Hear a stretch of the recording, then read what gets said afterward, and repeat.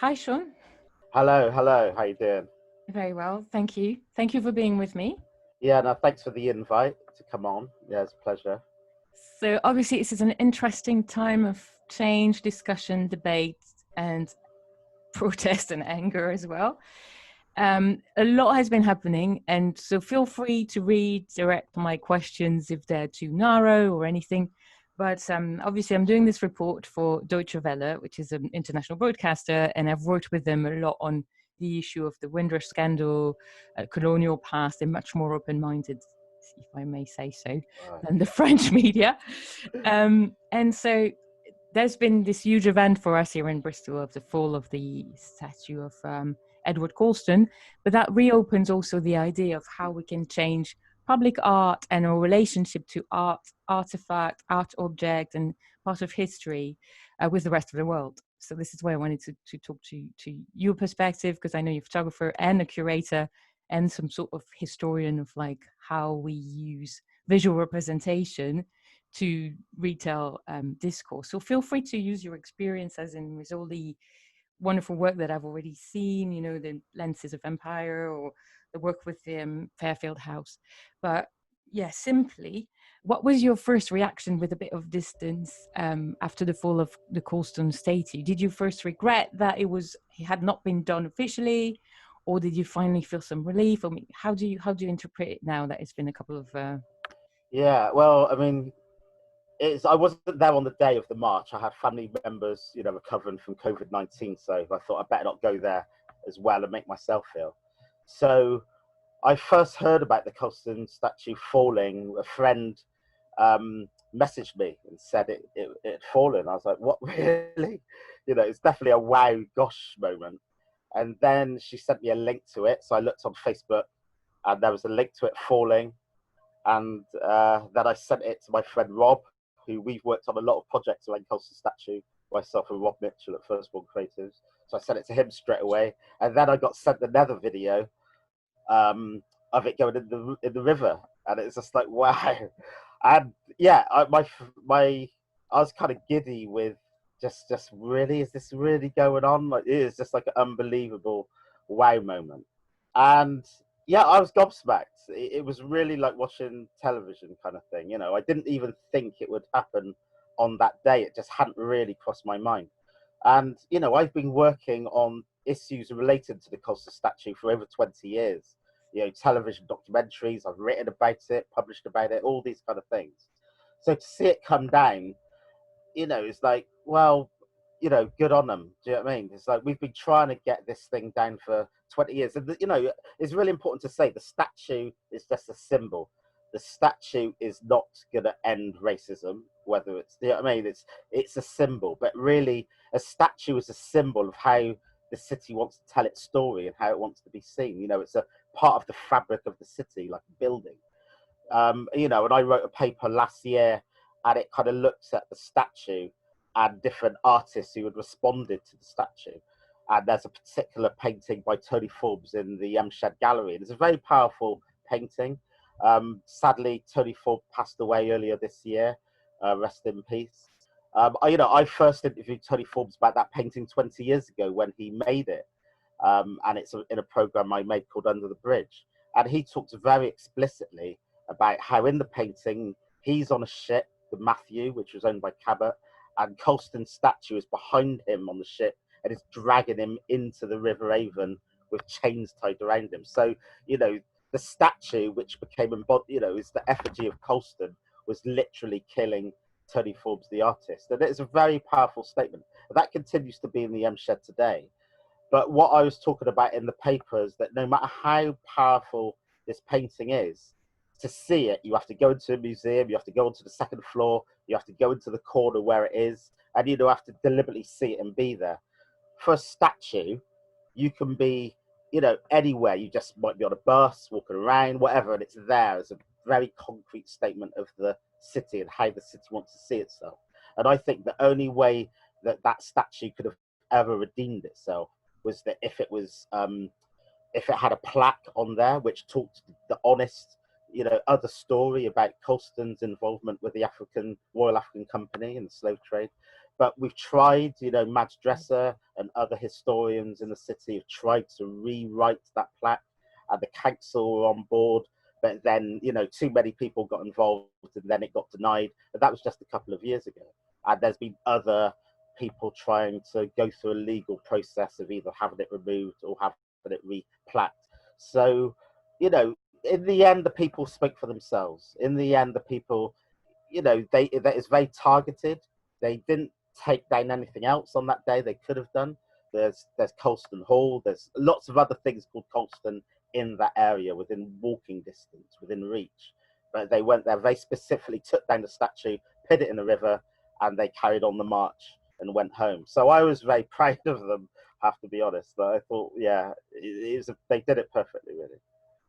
Yeah, absolutely. So to give a bit of context for people who don't know Bristol that well, obviously Colston was slave trader, and most of his wealth came from that. And so he's been celebrated since the very late 19th century with this statue as a benefactor for the city, because he created what we called philanthropic gestures, schools and other items for education for, obviously, the British people that were free and entitled to vote, which definitely means only the original English white, as we say in the vocabulary, people. So one thing as an observer that I don't understand is how people nowadays don't agree that we can't celebrate that, and it's a question of human rights. But obviously that had divided the city, as you were saying, for very long. So what would you reply to people who say, oh, you're trying to erase history, and also, you know, that's not such a terrible crime, everybody do right and wrong, good and bad, so are we going to erase everybody? I mean, to me there's a discrepancy with just a crime against humanity on one side, and then all the weird arguments that people come with because apparently they don't feel very comfortable, or they kind of associate with a camp and feel guilty or something. So how did you address this in your work?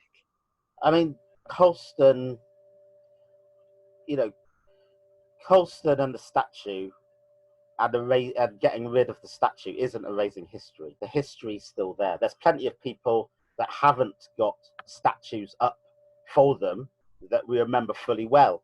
You don't need a statue up of someone to remember them or to have a knowledge of what they do. So I don't believe at all that the statue and getting rid of it is erasing history. But I've gone on a journey myself. Originally, when I came to Bristol, I was more in favour of having a plaque there, or another statue next to it, or something, because I was definitely nervous of a next generation not knowing this history, seeing a statue disappeared, would then say, oh, did you know there used to be a statue there? They're trying to sweep it under the carpet, and it's Edward Colston as a state, you know. So I definitely have been on a journey myself. I didn't originally think it should be removed particularly. But yeah, over, I think, probably the last 10 years, 5 years, I've definitely gone more in mind that actually this statue doesn't need to be there, and it'd be more suited in a museum. You know, there's plenty of people that gave money in philanthropy. You know, other slave traders. You know, and it should be clear actually that Colston was a merchant and he owned the ships that transported the slaves. But there's plenty of other, you know, slave traders and abolitionists that actually gave money to Bristol in philanthropy, in charity. He's definitely not the only one. When the statue was put there 125 years ago, there was actually lots of working class uprising rebellions, and the city leaders were looking for a symbol, an individual that could kind of try to unite the city. And so that's when Colston's reputation then became as the father of the city, and they put a statue up, and it's a very political move. You know, Colston himself was very demeaning about the working classes. They weren't his favourite people by any means. But he became the symbol, and it's actually put up 200 years after he died. Yes. You know, so there's lots of different things about that statue, but I don't believe at all that it's erasing history. I believe actually that having that conversation about the statue, you know, the fact that it's now down, people around the world and Bristol and farther afield now know more about the slave trade than they ever would have done. You know, the statue's been there for 125 years, you know, but nothing really in terms of that nothing has actually made people wake up that certain things need addressing. So the statue's a symbol, and I believe taking it down as a symbol, and now it's also now what next? What happens next? So part of the discussion about what's happening next is also about decolonizing the curriculum, the museums, and the representation of public art, because obviously the British Empire is represented in that history very much everywhere, whether with the figure of Winston Churchill. In France, in Martinique, couple of days, I think, before, a couple of weeks before, there's a statue that was also attacked, of someone that was an abolitionist. But what people had to express is that after the abolition of slavery, he fought really hard for the owners of enslaved people to be compensated instead of the people who gain freedom. So that's why the rage in Martinique came over after George Floyd's death. Also, obviously, Martinique is a different case because it's still a colony. I mean, French territory. So are you open to that discussion of broadening the discussion to the whole of the curriculum, other statues, and obviously what we teach our children? I think most Western countries can have to recognize that they don't teach colonial history properly. Like when I was young, I was taught about decolonization, but never about colonization. So it's a bit weird. It's like teaching you about the end of the war without teaching you a war. Yeah. So how could you understand the whole picture? It doesn't work really well, does it? Yeah. No, exactly. No, yeah, absolutely. I think there's a lot of work that needs to be done in education, around the curriculum, in museums, around heritage and things like that. Absolutely. I think there is definitely a bias and, lots of things not said when it comes to the curriculum. We learn about the Spanish Armada, we learn about Francis Drake, we get told they're pirates, but we're never told actually that, Francis Drake was on the first slaving voyage, to leave Plymouth, to leave England, with John Hawkins in a slave ship called the Jesus from Plymouth. We don't get told that Francis Drake was a slaver. John Hawkins was a slaver. The Spanish Armada was all about the Spanish and the British, fighting against each other in terms of who had primacy in the slave trade. I remember I did learn about the transatlantic slave trade in history, but I wasn't told that they were connected with things like the Spanish Armada and Francis Drake, and it's just very specific. Yeah, I think there definitely needs to be an overhaul of those kind of things. I'm not always sure whether decolonization is the right word, because actually decolonization is very much about power structures, and it's about dismantling the power structures to put in a new thing in its place, which is much more liberatory and not oppressive. So if you're going to overhaul, refine, diversify, absolutely, I do believe in decolonization. But what I mean in that critique of that word is, or how it's used, I'm critiquing how it's used and how some people are using it. So they're saying, adding more black writers to the reading list is decolonizing the curriculum. It's like, no, that's not decolonizing it. That's diversifying it, and that's good. That's fine. But actually, decolonizing is a very particular thing, and I think it does get misused a lot. But in terms of overhauling the curriculum and also the heritage sector, there's a lot of work to be done. I'm involved in that myself in terms of the university, and also working with some museums, etc. as well. And there's a lot of work to do. It's not going to be something that people can claim they've done it overnight. And I'd be very skeptical if people say, right, we've done ours now, because it's an ongoing process. Decolonizing the curriculum includes how you teach in the classroom, who you're saying has got authority, all these kind of things. You can teach in a way which is very didactic and one person just giving information, or you can teach in a much more, holistic way, where actually the students are bringing their knowledge to the table, when you actually realize students themselves are experts in their own fields and their own personal experience. So I think decolonizing something that's takes a lot of unpicking, but that work definitely has to be done. Absolutely. Mm-hmm. Thank you very much. And in Bristol, there is also the case of the Benin bronze statues that comes from Nigeria. I mean, modern day Nigeria. Yeah. In the rest of the British Museum, obviously, is like probably 75% of what is there is claimed by another country as their own, including probably Greece or Italy, countries that are very close to us. In France, there's the case of the Le Musée des Arts Premiers in Paris, the Quai Branly, where actually a piece has been attacked, as the media said, to be freed from the museum. So do you think it's actually possible to have a sane dialogue about what should be returned, and also this idea that some museums in Africa are not able to take care of their own artifacts, including the fact that for a lot of African nations, those objects are not art, but more like religious sacred object or daily practice sort of objects as well. So they have obviously a different view of what should be done with them, and that's maybe up to them to decide. But do you think it's happening, or do you know the position of at least because the British Museum is quite obviously not open to that discussion, but I think the Bristol Museum has agreed to at least open the conversation on the couple of Benin bronze. Yeah, I mean, I couldn't speak to what exactly the Bristol Museum's position is, but yeah, I'm aware that they're open to the conversation. I know they've done some work around it, which is good. And you know, I do welcome absolutely the British Museum, the Bristol Museum engaging in that. You know, I think actually, you know, a lot of the staff that work there and just the climate there is actually very progressive. They're open to these conversations. In terms of artifacts being returned to their country of source, absolutely. You know, if you think about Benin, and you know, Egypt, other spaces in Africa that have got lots of artifacts in museums around the world. If you look at those countries, you know, they're in need of economic development. They're in need of building a tourist industry. They're in need of building an educational system. So actually, having the original Benin bronzes back in the space where they were can actually help with that economic growth and cultural growth and educational growth. So absolutely, they should be there. You know, I think we've got a very object fetishization I think the heritage sector is kind of built up around the fetishization of wanting to see the original thing, you know, when actually you can do 3D printing very effectively now.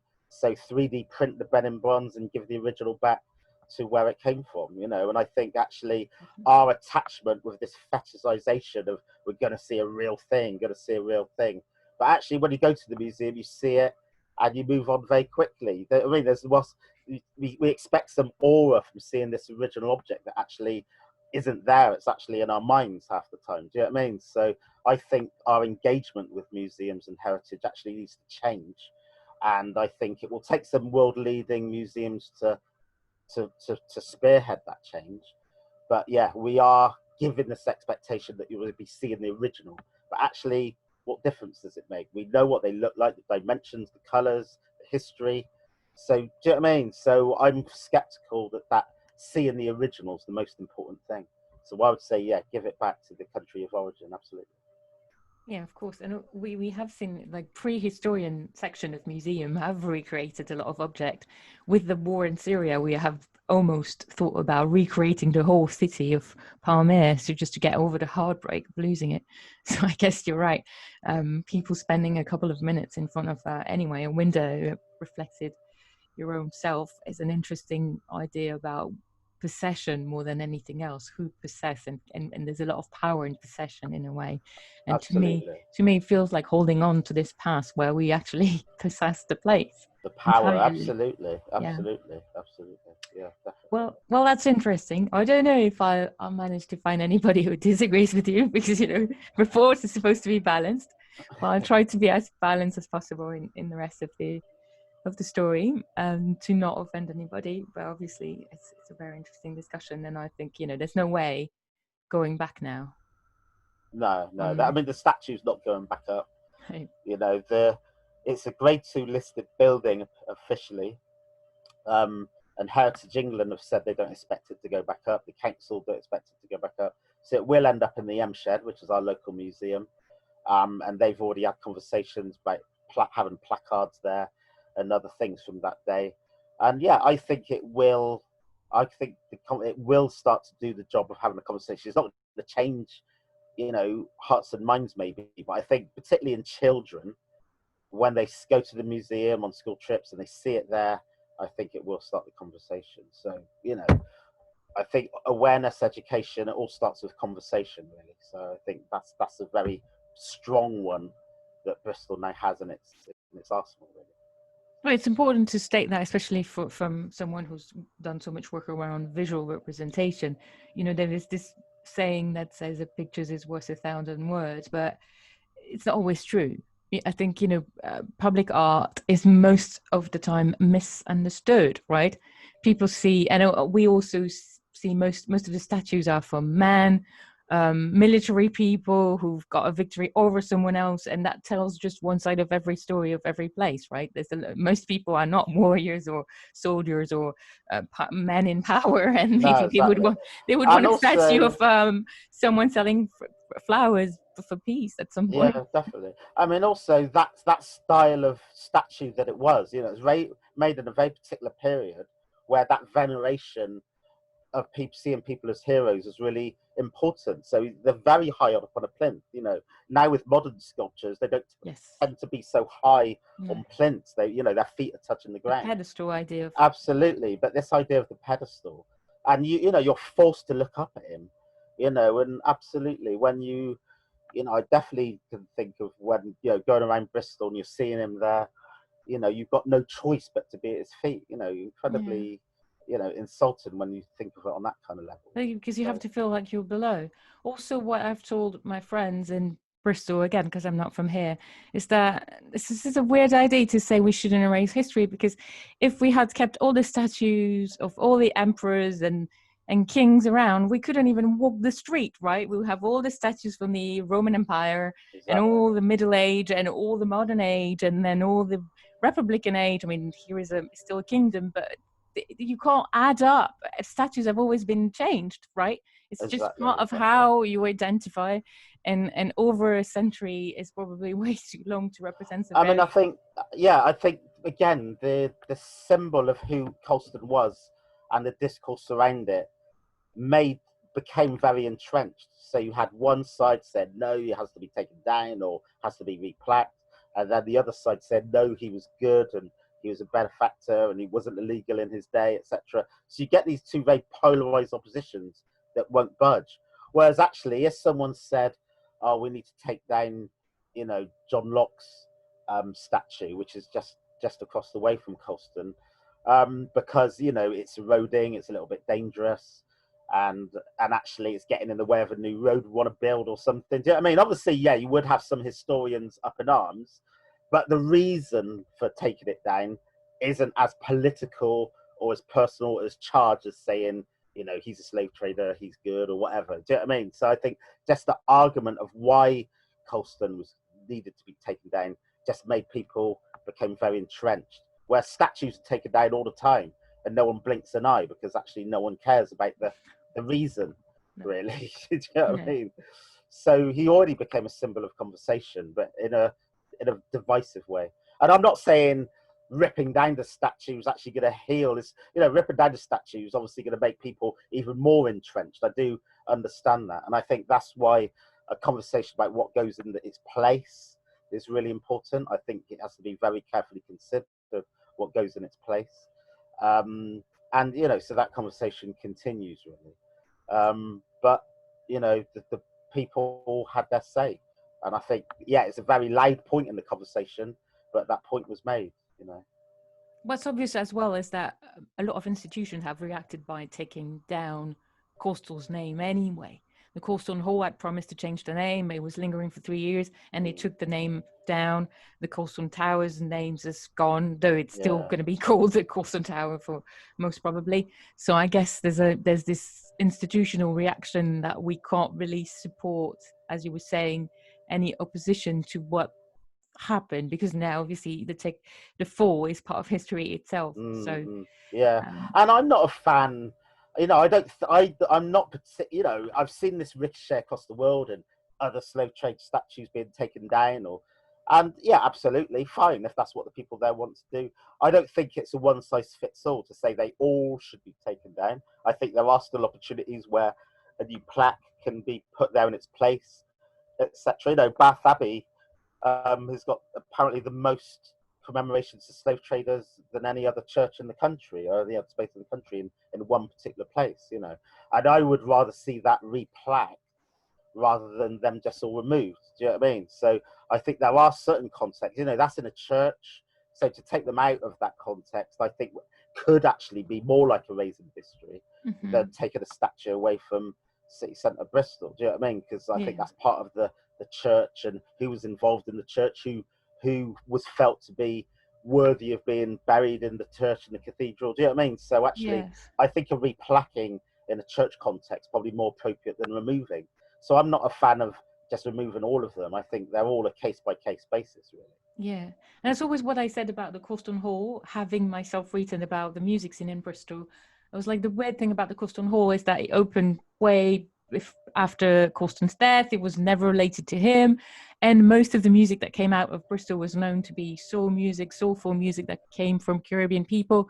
So there's a massive contradiction. Also, a music hall shouldn't have the name of someone who was a merchant. There's no point. It should be another artist, or it should be called the Bristol Music Hall. Anything that doesn't have the power to make the very artist performing in the hall uncomfortable, which is completely non-desirable. But the fact that the street would still be named Colston Street is a totally different debate. Absolutely. I think it's really unfortunate, that Colston Hall was named that. He didn't give any money to the Colston Hall. Obviously not. You know what I mean? It's years afterwards. And I think they missed an opportunity. I mean, they announced in 2017 they were going to change the name. And the name should have come down then. Do you know what I mean? So now they've really rushed and taken it down this week. I felt was a bit embarrassing, to be honest. So I hope they can work a bit faster and get the new name announced and draw a line under that, really. Yeah, I had this discussion years ago with Edson Burton, and he said what's slowing things down is obviously marketing and finance, because you have to rebrand everything. So maybe it's not the right battle. I had this conversation with Massive Attack, who used to boycott the hall, and I think, when you have power, you should use it properly, and that had, I think, a huge effect on the director of the music hall. But then there's a lot of mystery about who make decisions, and that's probably what also is difficult for people to understand.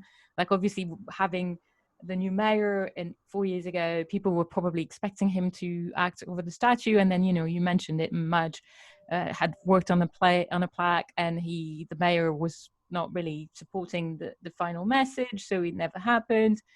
And I don't think he's really willing to be seen on that front, because it's very divisive, and he's the mayor of the whole city. Well, I think with Marvin, I mean, just to declare, Marvin's a good friend of mine, and I know, if he came in and then just came in and just took down a plaque, that would be then all he would be known about. And it's like, it's a mayor with a single issue agenda. He comes in, does that down. It's just symbolic, doesn't mean anything. When actually, no mayor, Marvin knows that the statue is a symbol, and actually, he had another agenda in terms of creating jobs, building houses, and these kind of things. You know what I mean? So that affects people's life for real. Absolutely. He's not one to just do kind of empty gestures, really.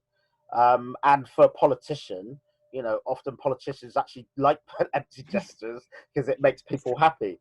But Marvin isn't going to just make people happy for the sake of it. Actually, he could have done that symbol, but actually he knows that actually the blowback against it would have been probably even more divisive. So, he had his sights set on non-symbolic things, because he would have included just being symbolic. Well, that's not going to change anything. What's the point of that? So I think he has found himself in this difficult position where people say he's the first black mayor. Why didn't he do it? But as he also rightly said, that thing's been there for 125 years. Why are you now going to blame the first black mayor, for that thing just because it fell down on my watch? Yes, of course.